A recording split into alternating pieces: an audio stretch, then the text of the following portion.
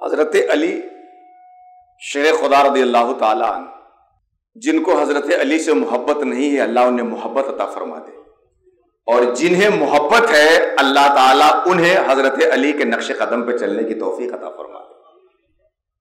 हजरत अली शेर खुदा, किस एतबार से आप हजरत अली को देखना चाहते हैं, जिस एतबार से देखना चाहेंगे उसी एतबार से आपको शेर खुदा नजर आएंगे।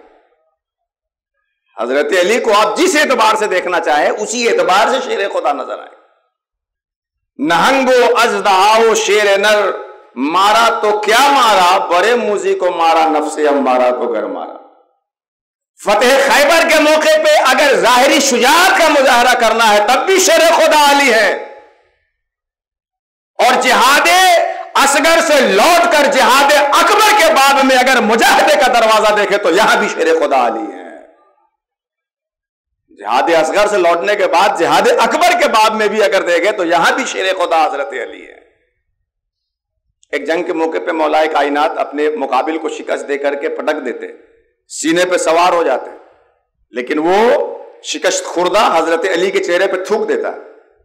जैसे ही उसका थूकना था हजरत अली उसके सीने से हट गए, वो फिर उठ के खड़ा हुआ, फिर मुकाबला होता है, फिर उसे शिकस्त देते हैं और उसे वासीले जहन्नम करते हैं। किसी ने पूछा कि जब वो आपके पंजे में एक बार आ गया था तो छोड़ने में क्या हिकमत थी? उसने कहा जब उसने मुझे थूक दिया तो मैंने उसे कत्ल करना गवारा न किया कि लोग ये न कहे कि मौली अपने चेहरे पे थूकने की वजह से उसको कत्ल कर दिए। इत्तक़ू मवाज़िअ तुहम, तोहमत की जगहों से बचो। आज हम लोग क्या है, अगर कोई बात बोल रहा है तो उसकी सही बात में गलत माना निकालकर उसको मुत्तहम करते हैं। अब बोलने वाला कहता है कि तुम्हारी जिम्मेदारी थी कि सही समझो, और सुनने वाला कहता है कि आपकी जिम्मेदारी थी कि सही बोलो। बात समझ में आती कि नहीं आई? लिखने वाला मुबहम तहरीर लिख दिया, अब पढ़ने वाला उसका मन के मुताबिक माना लगा के फतवा ठोक दिया। फतवा ठोकना मैं अपनी तरफ से नहीं बोल रहा हूं, आजकल लोग बोलते हैं उसके तनाजुर में बोल रहा हूं, वरना मैं फतवे की बहुत कदर करता हूं। हजरत अली रज़ियल्लाहु ताला अन्हु,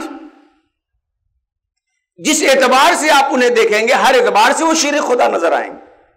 आदमी सोचता है कि भाई तुम्हारी जिम्मेदारी है, वो कहता है भाई तुम्हारी जिम्मेदारी है। आज ये जितने शोर शराबे मचे हुए हैं ना आपसी इंतशार में, अगर हर आदमी अपनी जिम्मेदारी समझने लगे तो उस वक्त आधा तो फितना यूं बखुद मर जाएगा और खुद उसके जनाजे उठ जाएंगे और उसके लिए रास्ता बंद हो जाएगा।